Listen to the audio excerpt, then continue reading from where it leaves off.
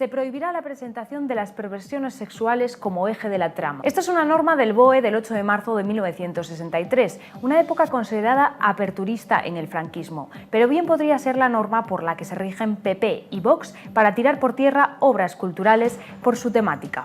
Hasta 6 obras de teatro han sido censuradas por los gobiernos de derecha en distintos ayuntamientos, pero también películas y actuaciones musicales, todas relacionadas con asuntos que no se ajustan a sus criterios ideológicos, y todo apunta a que habrá más casos. Este miércoles, varias artistas se han sumado a una acción en redes sociales en contra de la censura de ambos partidos políticos a las distintas expresiones culturales. Cuando la opresión va a más, muchos se desmoralizan, pero su valor crece. Él es quien organiza la lucha, por ese centavo del salario, por el agua del té y por el poder dentro del Estado. Le pregunta a la propiedad, ¿de dónde eres? Le pregunta a las ideas, ¿a quién sirven ustedes? Allá donde reina el silencio hablará él, y donde impere la opresión y se hable del destino, dirá él esos nombres. Allá donde él se siente a la mesa, se sienta también el descontento. La comida sabe mal y se reconoce que el cuarto es estrecho. Allá donde lo persigan, allá irá la rebelión, y allá donde lo echen, quedará la intranquilidad. Este poema se llama Alabanza al revolucionario y es de Bertolt Brecht. Brecht nació en Habsburgo, en Alemania, en 1898. Poeta y dramaturgo, fue el creador del teatro dialéctico, un teatro político comprometido frente al teatro clásico o aristotélico, y además Brecht es una encarnación del intelectual revolucionario. Estudió medicina y aprendió a odiar la guerra después de trabajar como enfermero durante la Primera Guerra Mundial. En 1920 escribió Tambores en la noche. El final de esta obra dice: todo esto no es más que puro teatro, simples tablas y una luna de cartón. Pero los mataderos que se encuentran detrás, esos sí que son reales. Para Brecht, el teatro y la cultura no podían ser neutrales.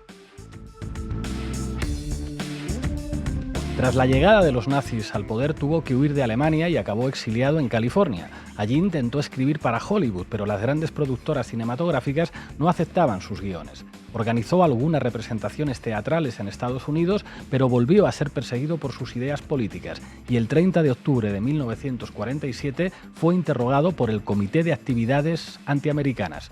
Tuvo que volver a exiliarse. En 1948 volvió a su país, fijando su residencia en el Berlín Oriental, donde creó una compañía de teatro, la Berliner Ensemble. Murió en 1956.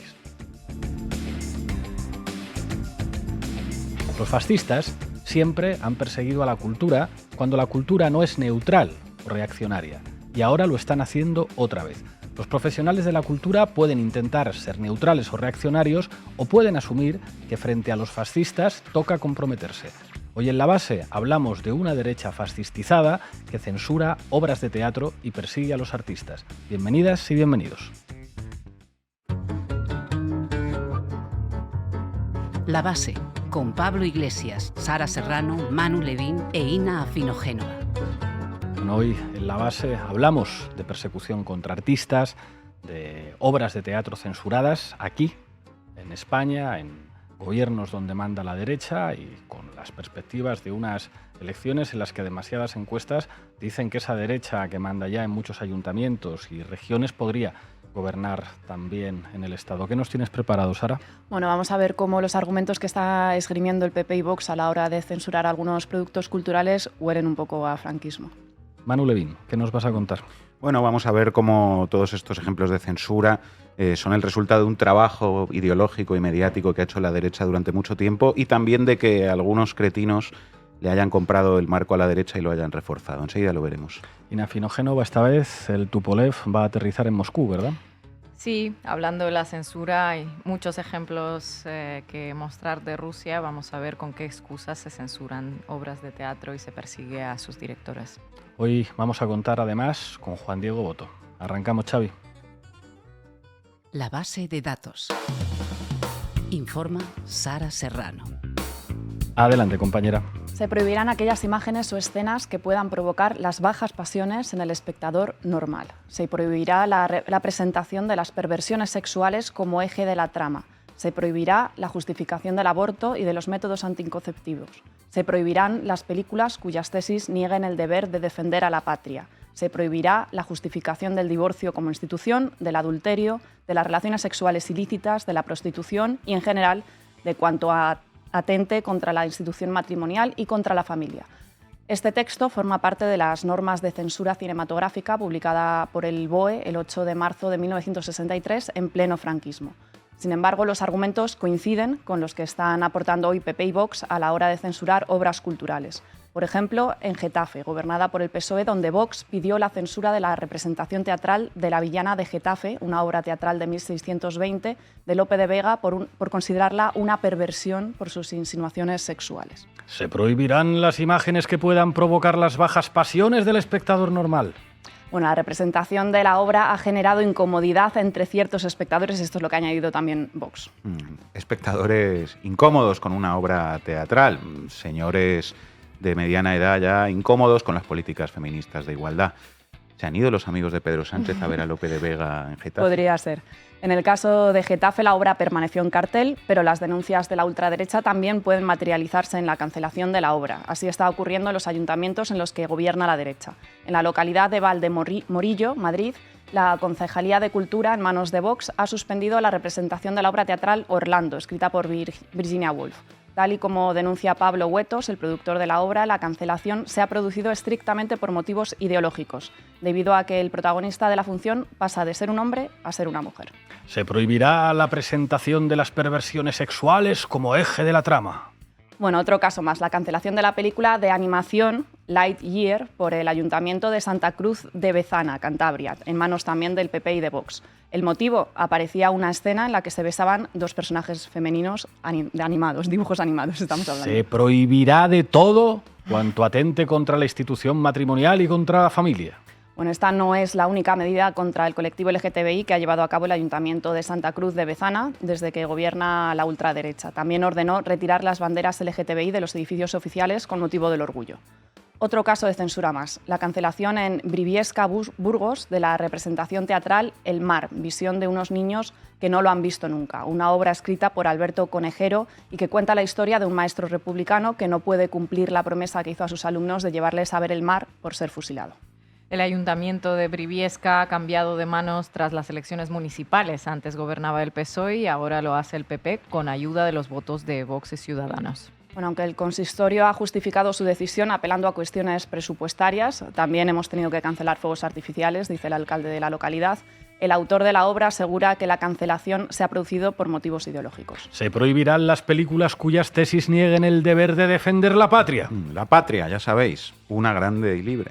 Exactamente, porque para la derecha la patria sigue circunscribiéndose a la meseta y no cabe la diversidad lingüística y cultural de nuestro país. La concejala de festejos del Ayuntamiento de Gijón, Sara Álvarez Rouco, de Vox, declaró en una entrevista que evitaría, en la medida de lo posible, contratar artistas que se expresasen en asturiano. Después de las protestas de artistas locales y de la propia Academia de la Lengua, la concejala de Vox tuvo que desdecirse y aseguró que su formación respeta las tradiciones culturales asturianas. Eso sí, siempre y cuando no se confunda ese apoyo con un apoyo a la cooficialidad. España una, España grande, España libre de separatistas. Y como no podía ser menos, Isabel Díaz Ayuso también ha participado en esta caza de brujas contra la cultura. El año pasado los teatros del Canal retiraron de su programación la obra Muero porque no muero, sobre la vida de Santa Teresa de Jesús, escrita por el Premio Nacional de Literatura Dramática Paco Becerra. Vox, que facilitó la investidura de Ayuso en 2021, aplaudió la decisión y agradeció que no programasen una obra tan dañina y esperpéntica. Fuentes de la Consejería de Cultura de la Comunidad de Madrid, recogidas por Europa Press, aseguraron que la obra planteaba cuestiones con las que no estaban de acuerdo y que iban en contra de la vocación de la Comunidad de Madrid de hacer una programación amplia y abierta a todas las sensibilidades. Vamos, libertad, ya sabéis, pero para tomar cañas, que ya la teníamos antes, esa libertad no nos la daba Ayuso, pero para crear y difundir y recibir cultura, eso ya es otra cosa. Como respuesta a todos estos atropellos, los profesionales de la cultura han iniciado la campaña Stop Censura, que denuncia cómo la derecha está atentando contra la libertad de expresión, un derecho, en teoría, consolidado democráticamente y que estaría en la Constitución. ¿Y qué es lo que dice la derecha de todo esto, Sara? Bueno, pues básicamente que los cancelados son ellos y que la culpa es de la izquierda. Vamos a escuchar al responsable de cultura del PP, a Borja Semper. Llevamos unos años soportando la mal llamada cultura de la cancelación. Una cultura de la cancelación que pretende revisitar todas, incluso las grandes obras de la literatura universal o del cine. Nos importa muy poco el ayuntamiento y el color del ayuntamiento que censura, que cancela. Nos importa muy poco y lo censuramos igual y lo rechazamos igual. Y tomaremos medidas para que esto, allí donde el Partido Popular tenga algún tipo de responsabilidad, no suceda. Hay una nueva clerecía. Hay gente que aspira a ser curas. Y ahora resulta que quienes cayeron ante esa cancelación y ante esa censura se llevan las manos a la cabeza. En la dureza del que está hecho el material del rostro de esta gente, pues no sé si se ha podido medir todavía. Hay una nueva clerecía. Y Semper no se refiere a los ayuntamientos de la derecha que están censurando y prohibiendo obras de teatro, sino a la izquierda. ¿Por qué no? De los autores de la dictadura de lo políticamente correcto, de las mujeres canceladas por las personas trans y de los hombres anulados por el feminismo, ahora llega, atención, la censura del nuevo clero de la izquierda, la misma receta para distintos platos. Cómo convertir al opresor en víctima. Gracias, compañera. A ti. Y usted está juzgando con su moral, que dice que ser yonki y prostituta es denigrante. Eso está juzgando usted con su moral, porque la mitad de mis amigos han sido yonkis y son buenísimas personas o mejores personas que usted. Así que un yonki y una prostituta no es nada denigrante. Puede ser una desgracia que le pase a alguien. Llega el turno de Manu Levín. Adelante, compañero. Vamos, Xavi. Titulares al banquillo. El análisis mediático de Manu Levín. Bueno, lo primero, decir que la campaña Stop Censura, impulsada por figuras del mundo de la cultura, está teniendo un impacto importante en las redes sociales y en los medios de comunicación. Os leo simplemente un titular. 20 minutos. Desde Almodóvar a Alba Flores. Algunas figuras de la cultura se unen contra la oleada de cancelaciones y el retorno de la censura. Pues hay que aplaudir que el mundo de la cultura se movilice y logre un impacto mediático en defensa de la libertad de expresión y contra la censura que promueve la derecha, que incluso llega ya a afectar a obras de, atención, Lope de Vega, escritas en el siglo XVI y XVII. Sí. Hay, muchos titulares como este del 20 minutos. No os quiero aburrir leyendo muchos similares, porque además hoy me quiero centrar en otra cosa. Me quiero centrar en dos elementos sobre el papel del discurso y de la ideología que difunden los poderes mediáticos en la creación de las condiciones para esta ola de censura reaccionaria a la que parece que nos enfrentamos. El primero de esos elementos. La derecha mediática, y la política y la judicial también, tienen como prioridad número uno la batalla cultural y siempre disparan con todo sobre cualquier cosa, cualquier manifestación cultural o artística, por pequeña que sea, que suponga una mínima transgresión de los valores conservadores. Recientemente, si recordáis, se montó un escándalo por un sketch de humor en TV3 en el que se parodiaba a la Virgen del Rocío, hasta el punto de que los humoristas acabaron imputados tras una denuncia del lobby ultraderechista Abogados Cristianos. Bueno, Abogados Cristianos no eran también los que denunciaron a Billy Toledo por cagarse en Dios y en la Virgen, ¿no? Efectivamente, esos mismos, los Abogados Cristianos, que también fue procesado por ello, ojo, Willy Toledo. La derecha mediática, judicial y sus chiringuitos civiles como estos Abogados Cristianos, perfectamente sincronizados en la batalla cultural y en la censura. Y habría que recordar también, por supuesto, el caso de los dos titiriteros que fueron enviados a prisión en 2016 por el psicodrama que montó la derecha después de que uno de los títeres, un muñequito de trapo, sacara un mini cartelito con un juego de palabras sobre Al-Qaeda y ETA, a prisión por enaltecimiento del terrorismo. Ese hecho también fue la culminación de una campaña que montó la derecha mediática, claro. Recuerdo simplemente un titular. OK Diario. Los titiriteros proetarras apalean en directo a una edil que les pedía los permisos para actuar. Bueno, así eran muchos titulares, ¿no?, en aquel momento. Y no hay que olvidar tampoco que en aquel entonces parte de la izquierda, entre comillas, compró el marco de la derecha. Manuela Carmena dijo que el espectáculo le parecía deleznable. Y cuando pasa esto, cuando desde sectores de la izquierda se compran los marcos de la derecha en la batalla cultural, es cuando realmente la derecha ha triunfado y cuando se pone una alfombra roja a la ofensiva censora que viene después. Bravo, Carmena. Efectivamente. Quedémonos con esta idea que enseguida vamos a volver sobre ella porque es la clave. Antes, recordar que la ofensiva cultural de la derecha mediática llega hasta tal punto que incluso señalan espacios culturales, teatros, centros sociales, pequeños cines, incluso los más underground que uno pueda pensar, si allí se hace o se dice cualquier cosa un poco de izquierdas. Fijaos, finanzas.com, Teatro del Barrio, de los titiriteros del Alcaeta al secesionismo catalán, en el centro de la polémica. Ese podría ser el hábitat en el que se mueve una pequeña sala madrileña situada en el barrio de Lavapiés y bautizada como Teatro del Barrio. Y a priori puede parecer extraño que este señalamiento al Teatro del Barrio lo publique una web económica neoliberal como finanzas.com. Pero no lo es tanto porque el proyecto económico de las élites es inseparable de su proyecto cultural. Bueno, hemos visto estos ejemplos del repertorio de ofensiva cultural de la derecha mediática, básicamente criminalizar artistas y obras con valores emancipadores, incluso hasta procesar o encarcelar a sus autores o exiliarlos. Recordemos también que Pablo Hasél está en la cárcel y Valtònyc en el exilio por hacer canciones con letras revolucionarias y de izquierdas. O consiste también en señalar a los espacios en los que se promueven manifestaciones culturales progresistas, como lo del Teatro del Barrio. Pero todo esto no es lo más importante. A mi modo de ver, la clave del trabajo de la derecha mediática para generar las condiciones de esta ofensiva censora reaccionaria, que si ya llega Lope de Vega, imaginemos hasta dónde puede llegar si el 23 de julio esta gente gana el gobierno de España, la clave profunda, en mi opinión, ha sido la construcción exitosa en los últimos años de un marco mental muy concreto, la cultura de la cancelación, aplicada al feminismo, al ecologismo, al antirracismo y a la izquierda en general. Es decir, la idea de que la censura hoy en día viene de la izquierda y de los movimientos que luchan por la justicia social, alucinante. Exactamente. Lo primero, hay que decir que esto de la cultura de la cancelación de la izquierda forma parte de una dinámica ideológica más amplia de transposición, de inversión del eje amigo-enemigo, ¿no?, que caracteriza el discurso de la ultraderecha. Siempre lo ha caracterizado. Hay, por ejemplo, una inversión de las élites. Las élites, según este discurso, son los políticos de izquierdas, que hasta tienen casa, fíjate tú. Sin embargo, los políticos del pueblo son el magnate Donald Trump, el clan Ayuso, que se está haciendo rico gracias a su posición política, etcétera, etcétera, ¿no? Inversión de las élites. Hay también una inversión del enemigo público, digamos, en el discurso reaccionario.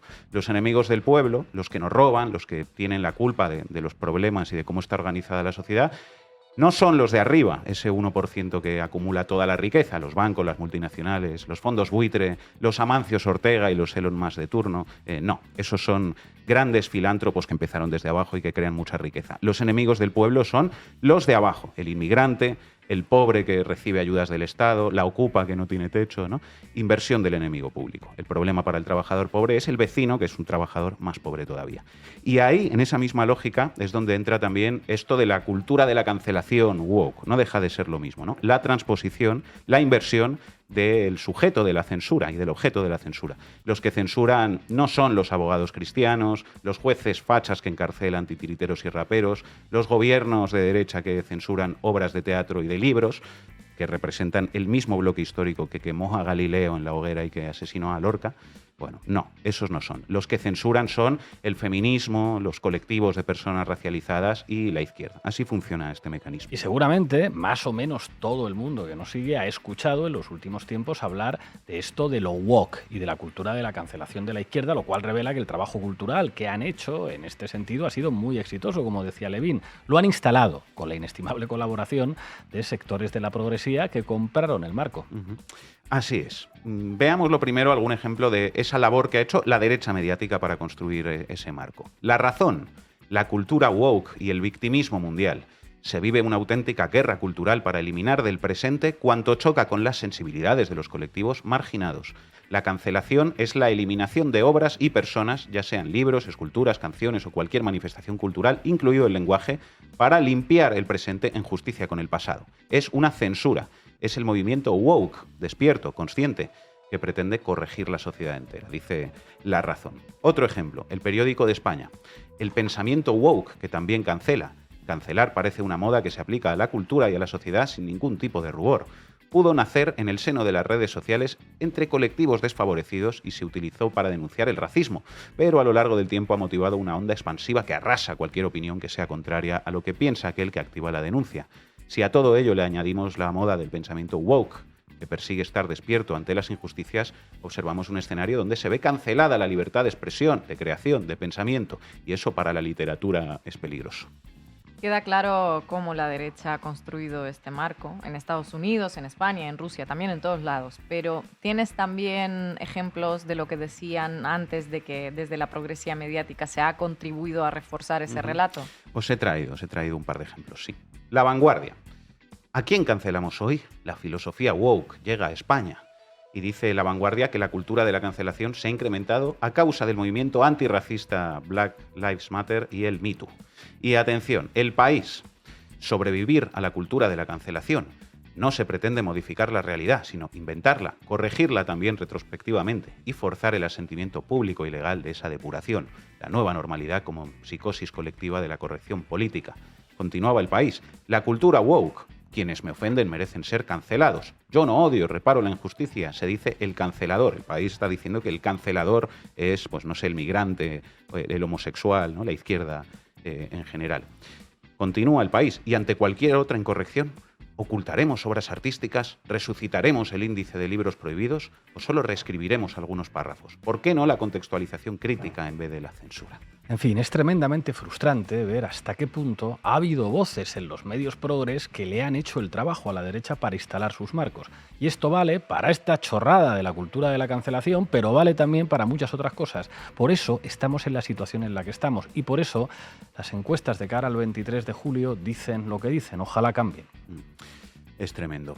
Pero sí ha habido dos figuras presuntamente progresistas, aunque ya se les ha ido cayendo la careta, que han contribuido a reforzar de manera fundamental este marco mental reaccionario de la izquierda que censura y que cancela, que es lo que genera las condiciones y abre la puerta a lo que viene ahora, que es la verdadera cultura de la cancelación, ¿no? Aunque quizá más que la cultura de la cancelación habría que decir que es la cancelación de la cultura, que ahí están las noticias que ha dado Sara, ¿no? Porque ¿quién está prohibiendo obras de teatro, libros, etcétera? La izquierda no.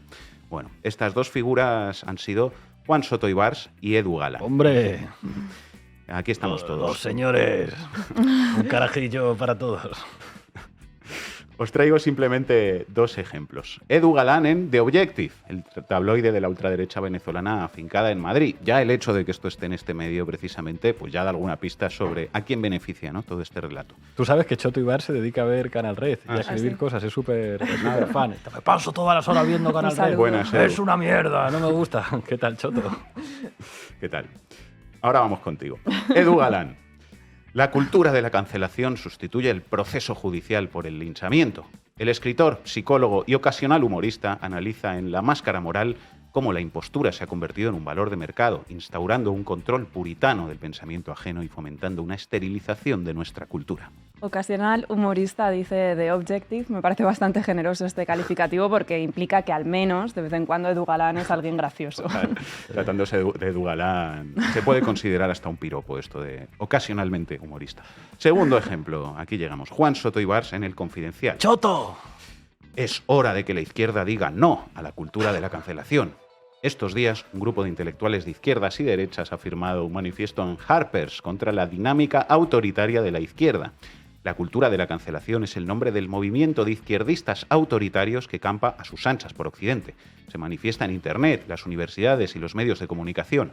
Su punto de partida es que la cultura, el arte y las palabras son peligrosas para las mujeres y las minorías. Una idea discutible, por no decir lunática, que pretenden convertir en un dogma con las broncas típicas de la corrección política. Al loro, la cultura woke de la izquierda esteriliza nuestra cultura, dice Edu Galán. Movimientos de izquierdistas autoritarios campan a sus anchas, dice Choto Ibars. Vamos, lo que quiere decir Manu Levín es que en este país ha habido un montón de cretinos, que nos disculpen, que se han pasado años llorando porque sus chistes racistas y de mariquita estilo Arévalo ya no hacen ni puñetera gracia y porque dicen que les cancelan. Lo dicen desde las páginas de los principales periódicos de este país. Eso sí, están canceladísimos. Estos cretinos han comprado el marco reaccionario, lo han alimentado y han abierto la puerta a la verdadera censura, que es la que estamos viendo ahora. Por eso les sacan en The Objective y les pagan buen dinerito. Efectivamente. Y ese es el efecto que tiene comprar todo ese relato, abrir la puerta a lo que viene ahora. Porque, recapitulemos, ¿por qué la ultraderecha dice que las élites son los políticos de izquierdas que viven muy bien? Para preparar el terreno para exiliarlos o para meterlos en la cárcel, mientras, por otro lado, se normaliza la impunidad de la corrupción. Por cierto, cuando la izquierda dice que todo es por su culpa y que autocrítica y que algo habrá hecho mal para que se pongan así, también está reforzando ese marco de la derecha, ¿no? Porque ya sabéis que el auge del fascismo es culpa de la izquierda, los ahogamientos de migrantes son culpa de las mafias y de los activistas pro derechos humanos y del efecto llamada, y los desahucios son culpa de la APA. Seguid por ahí, compañeros, con los latigazos y con que las figuras de la izquierda lo hacen todo muy mal, que por ahí vamos súper bien. ¿Para qué dice la ultraderecha, siguiendo con este razonamiento, que el enemigo del pobre es el más pobre todavía? Para reprimir a la gente en los barrios, a las personas racializadas, a los pobres, mientras los ricos, para quienes trabajan, se los siguen llevando todo crudo. ¿Y para qué dicen que quienes censuran son el feminismo y la izquierda? Para arrasar la cultura emancipadora y para censurar ellos. Pero de verdad, ¿qué es lo que está pasando? Gracias, Levin. Que un grupo de ultraderecha pueda coger por la calle y pegarte una paliza o no tengan miedo a pararme a un concierto, me pregunto qué será lo siguiente, ¿no? Y me dijeron que estaba la policía y que si no me cubría, que me llevaban al calabozo. Y yo dije que no pensaba cubrirme. Entonces vino una persona de la organización y me puso una bandera, porque era lo que había allí. Pero mi bandera no se utiliza para censurar nada. Tremendo. ¿Qué tal, Ina? Adelante. Bien, vamos. ¿Para qué me invitan? El análisis internacional de Ina Afino-Génova. Vetar obras teatrales por amorales, cancelar espectáculos porque a la princesa la interpreta un hombre, abrir casos penales por presunto lavado de dinero justo contra directores críticos con el sistema.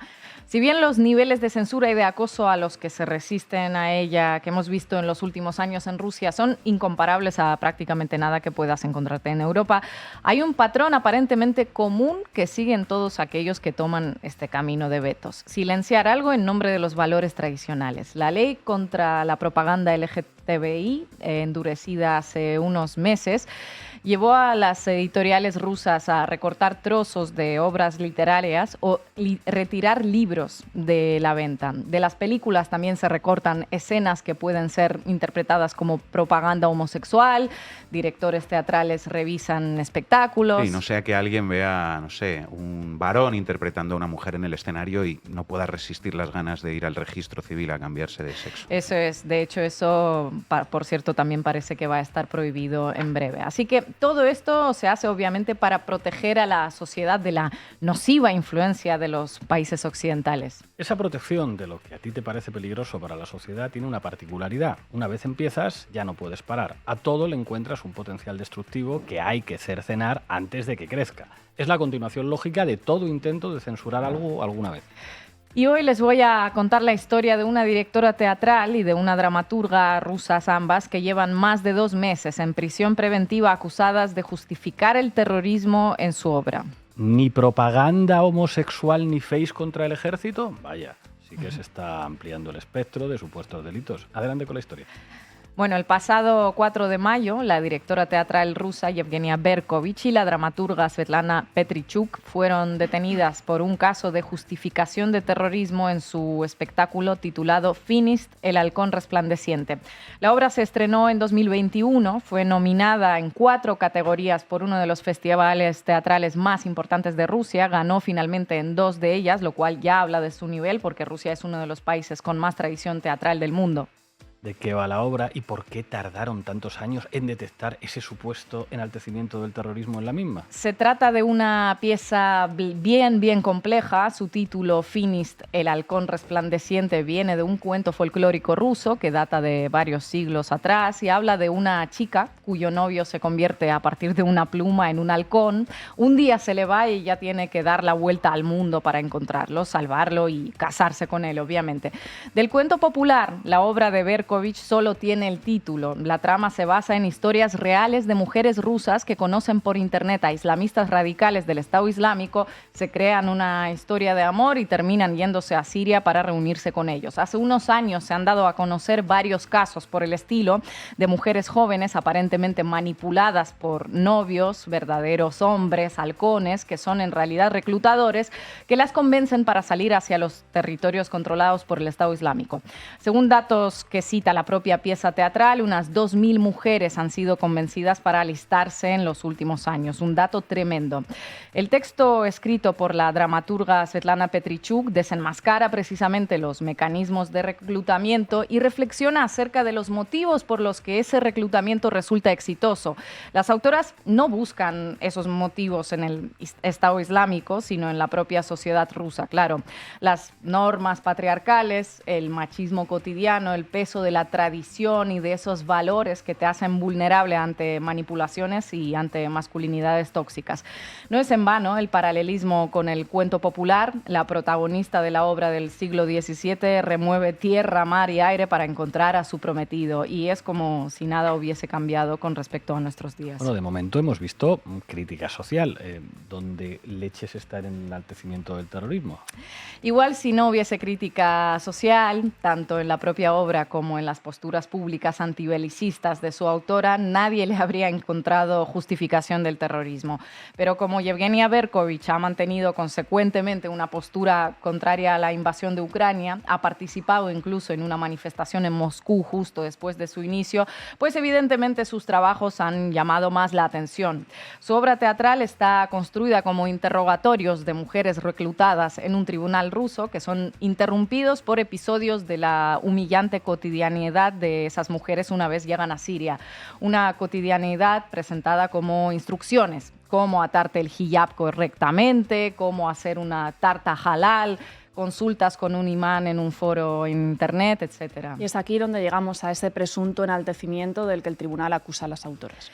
Ya, en el marco de este caso se ha realizado un análisis judicial, ojo, destructológico, quédense con ese adjetivo. El análisis lo llevó a cabo el creador de esa pseudociencia que se denomina destructología, Roman Silantiev se llama. A ver, que me estoy perdiendo. Están buscando signos de enaltecimiento del terrorismo en esa obra basándose en un pseudocientífico destructólogo que creó esa disciplina rara. ¿Qué defiende exactamente? La destructología, sostiene su creador, es toda una ciencia centrada en detectar tempranamente todo un complejo de amenazas presentes en nuestro entorno que tienen el potencial de ir destruyendo la sociedad paulatinamente. Cultos religiosos, comerciales, sectas, subculturas, magos, extremistas, homosexuales. Todo aquello en lo que le quieras ver una amenaza a tu particular visión del mundo, puedes catalogarlo como sujeto a los análisis destructológicos. El carácter de Ina Finogenova podría analizarse por parte de esos analistas. Seguro que detectarían delitos, ¿verdad? Hay bullying aquí, me parece. Cualquier cosa puede analizarse. ¿Qué morro tienes? El guión es de ella. Cualquier cosa puede analizarse y seguramente se le encontrarán rastros de potencial nocivo. El caso es que medios rusos han tenido acceso al texto de ese peritaje que se ha hecho de la obra y, entre otras joyas, contiene alegaciones como que el feminismo radical es igual de peligroso que la ideología del Estado Islámico, cito literalmente. La ideología del feminismo radical no es inofensiva. La ciencia destructológica ha establecido hechos en los que la asimilación de esa ideología desembocó en la preparación y la ejecución de un atentado terrorista. La ciencia destructológica, la ideología del feminismo radical, terrorismo. Están un poco chalaos estos peritos. Ya, la propia directora teatral se refirió en su discurso ante el tribunal a ese análisis como al único clavo ardiendo al que se aferra la acusación. No tienen nada más, dice Yevgenia Berkovich, solo interrogatorios de 2 testigos que les dicen que el espectáculo está muy bien, y en el peritaje se nos atribuyen 2 cosas. La primera es un gesto con el dedo índice arriba. Hay muchos gestos en la obra y uno de ellos es ese, con el índice arriba, porque lo usan terroristas del Estado Islámico. Y la segunda es la instrucción de cómo usar el hijab. Póngase la tela encima de la cabeza, abra la boca, ate los cabos debajo del mentón, es decir, los mismos pasos que se siguen para atarte un pañuelo antes de entrar en la iglesia ortodoxa. Increíble investigación de un caso complejísimo porque 2 mujeres llevan más de 2 meses en arresto preventivo. Y en caso de ser declaradas culpables, podrían ser condenadas a hasta 7 años de prisión, por un caso que obviamente no tiene nada que ver con esta obra teatral en concreto, sino con la postura antibelicista en un Estado que por activa y por pasiva intenta convencer a millones de sus ciudadanos de que está librando una guerra por la supervivencia del país, no del régimen, sino del país, y por los valores tradicionales de la sociedad occidental. Un caso que es un aviso, otro más, a navegantes. No te metas en política, haz tu teatro, cuanto menos relacionado con la actualidad, mejor, estarás más seguro. Si no, tenemos la destructología para arruinarte la vida. En fin, los paralelismos son alarmantes. Gracias, compañera. Dijeron directamente que era porque la concejala no le agradaba que el personaje se convirtiese de hombre a mujer. En este caso, esta persona ha tomado esta decisión. era transexualidad y que no le agradaba, y por ello no podía programarlo y lo descartaban de la programación. Bueno, hoy nos acompaña Juan Diego Boto. Juan, muchísimas gracias por atender a La Base. Un placer, encantado de saludaros. Bueno, acabas de volver de Argentina, donde has hecho muchas cosas, entre ellas representar una obra sobre Lorca que se ha visto mucho aquí, que se ha visto también mucho en Argentina, y donde pasa algo muy llamativo para hablar de la censura. ¿Hasta dónde nos puedes contar? Bueno, la gente que ha visto la función sabe de lo que estás hablando, sabe lo que estás insinuando, y es algo que tiene que ver con la censura, que tiene que ver con un juego, con una metáfora que usamos en la función para establecer un paralelismo entre el entonces de Federico García Lorca y nuestro presente. De hecho, la función Una noche sin luna es todo un artefacto, un juego de espejos para hablar del momento histórico de Federico y nuestro momento histórico. De hecho, cuando yo la escribí, recuerdo que llamé hace 5 años más o menos, un poco más de 5 años, escribí al director, a Sergio Pérez Mencheta, y le dije, oye, tenemos que hacer esta obra muy rápido porque esta cosa de la extrema derecha se va a pasar y la obra va a perder vigencia. En mi candidez confiaba yo que la cordura se impusiera y que esta voluntad, este acceso de esta moda inquisitorial y profundamente reaccionaria que encarna la extrema derecha, pues terminaría pasándose de moda. Y sin embargo es todo lo contrario, ¿no? Ahora mismo cobra cada vez más fuerza, no solo en España, sino prácticamente en todo el mundo. Sara. ¿Qué tal, Juan? ¿Cómo estás? Yo quería preguntarte cómo surge la idea del manifiesto Stop Censura, que ha sido impulsado desde el mundo de la cultura y al que también te has adherido. Pues honestamente yo no sé de dónde nace. Creo que no me equivoco si digo que alguna de las impulsoras son Nul y Alba Flores. A mí me llega por ahí. Me viene rebotado también a través de Karma Portacelli desde Barcelona, de distintos directores de teatros o compañeros y compañeras fundamentalmente de teatro de distintas comunidades autónomas, pero creo que tiene su origen en un grupo aquí en Madrid, y creo que Alba Flores y Nul están entre las organizadoras de este manifiesto. ¿Qué tal, Juan? ¿Cómo estás? Un placer saludarte. Bueno, hemos visto este manifiesto ahora, pues ante todos estos casos de censura que está habiendo. Te quería preguntar si ves al mundo de la cultura comprometido al nivel en el que lo estuvo en la época del no a la guerra, ¿no? Y también a la altura del desafío que tenemos delante, ¿no? Y que parece al que nos enfrentamos, que es esta ola de censura. Te quería preguntar cómo ves tú al mundo de la cultura y también, en tu opinión, cuál es la clave para hacer frente a este movimiento censor, ¿no? Más allá del voto, más allá de votar el domingo 23 de julio, que también es clave, ¿no? Pero quizá no es suficiente solo con votar. No, sin lugar a dudas no es suficiente, pero tampoco quiero... Estamos en el momento en el que estamos a un mes de unas elecciones generales que van a ser claves y tampoco quiero restarle importancia a lo que puede significar el voto como dique de contención a una ola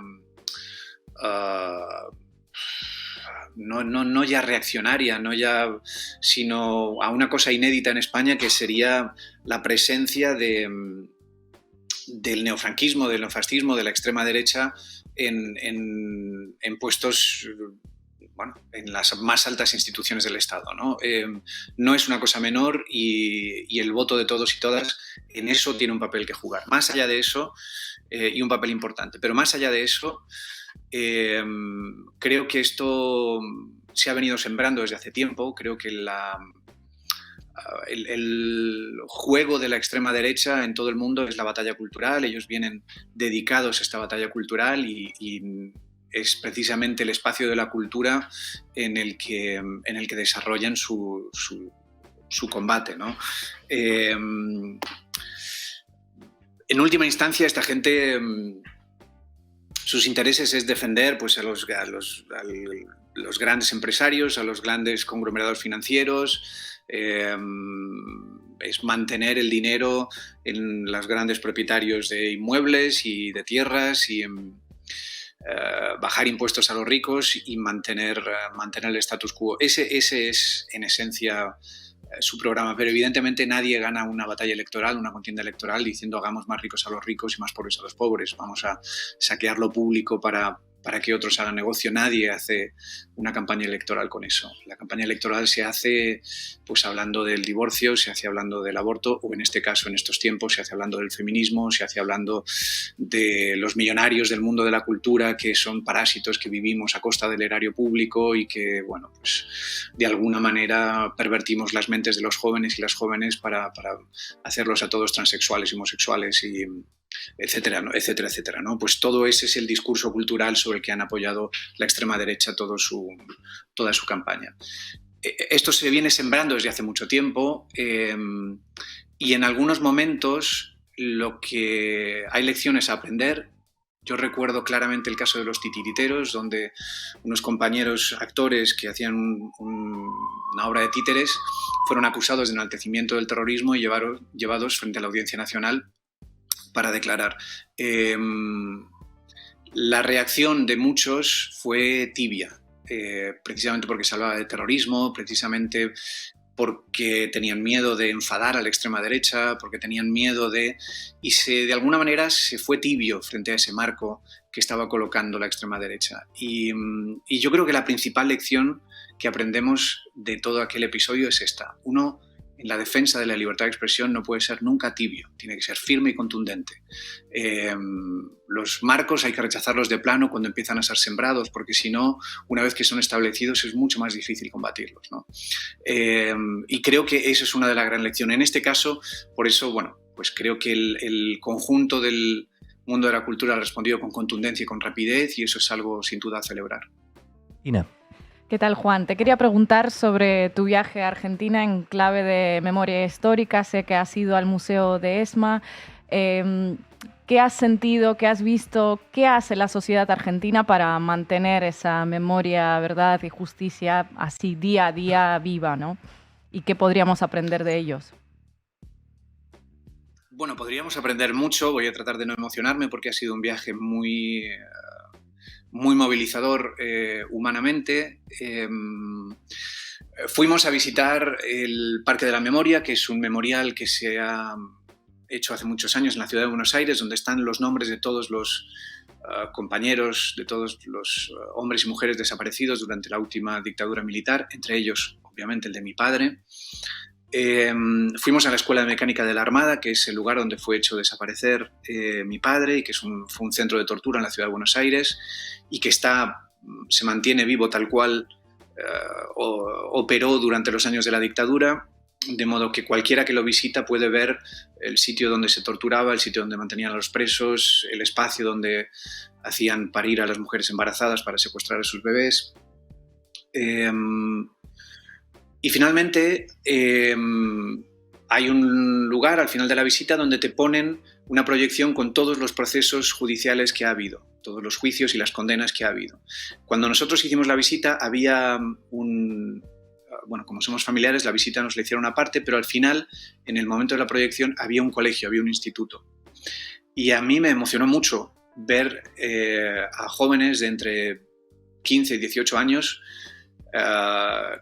que conocían la historia, que estaban siendo informados de la historia, que se les había llevado al sitio donde se había torturado a argentinos y argentinas